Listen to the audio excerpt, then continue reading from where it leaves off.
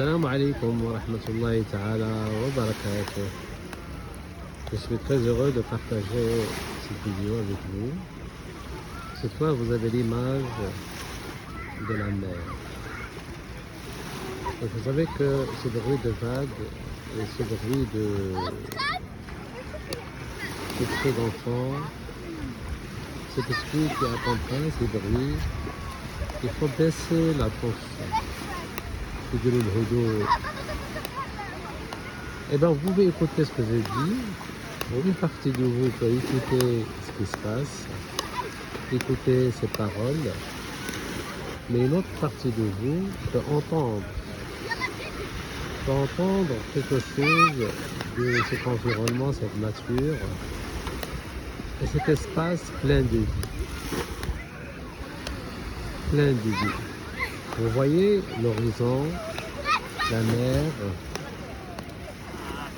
le ciel, le vent avec ce goût salé, le cri des enfants qui représente l'avenir et la vie, l'insouciance, et plutôt le mariage avec beaucoup d'éléments qui créent cet environnement féerique, ce plaisir. Et bien, dans cet environnement, vous avez des gens qui sont insouciants, qui sont tranquilles, qui passent des vacances tranquillement. Et bien, il y a d'autres qui ont des soucis, qui sont là, mais leur esprit reste ailleurs, dans les problèmes, dans les choses à régler, les conflits. Ben, il y a d'autres gens qui pensent aux gens malades.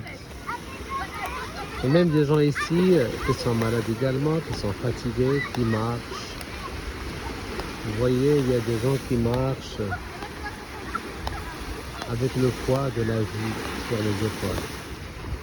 Vous voyez, le mariage et tous ces éléments vous donnent envie d'une réflexion. Que la vie, c'est un processus. C'est une chaîne. C'est une chaîne depuis la naissance jusqu'à la mort ou même après la mort. Et moi je dis la mort, c'est par exemple ce sable. Si on analyse ce sable, si vous prenez une petite gorgée de sable, par une petite gorgée, une pincée, que vous approchez, vous voyez qu'elle est faite de coquillages ou bien de cadavres de coquillages.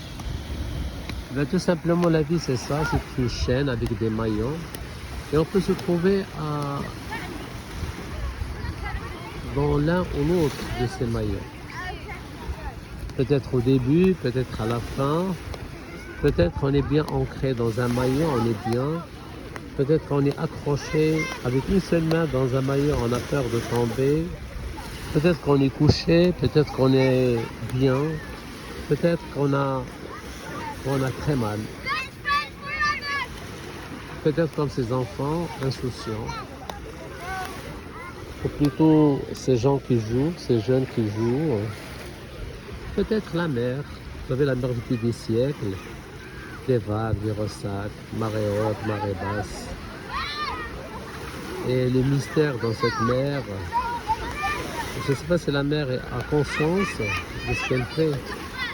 Quand cet enfant, je ne sais pas s'il joue, il a l'impression de jouer, mais effectivement il joue au justicier.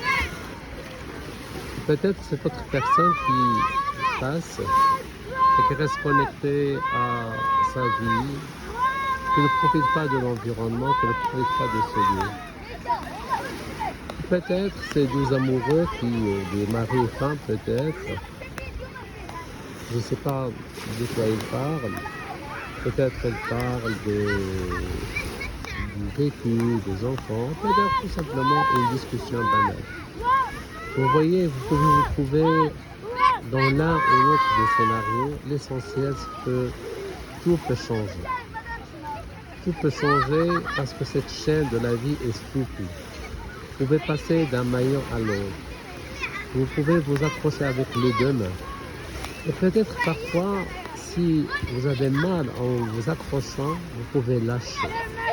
Vous lâchez prise. Vous voyez, lâcher, ça vous tranquillise. Lâchez les contraintes, lâchez les pressions, lâchez la nervosité, lâchez la colère et écoutez peut-être le son de ces vagues. Vous voyez, écoutez, profitez d'un moment agréable chez vous et dire à la fin, tout peut changer. Et ce qu'on cherche, c'est le confort. Le confort, on peut le trouver dans des petits plaisirs.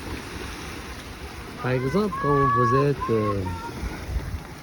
dans une situation pénible, quand vous êtes dans une situation terriblement grave, vous ne voyez rien d'autre.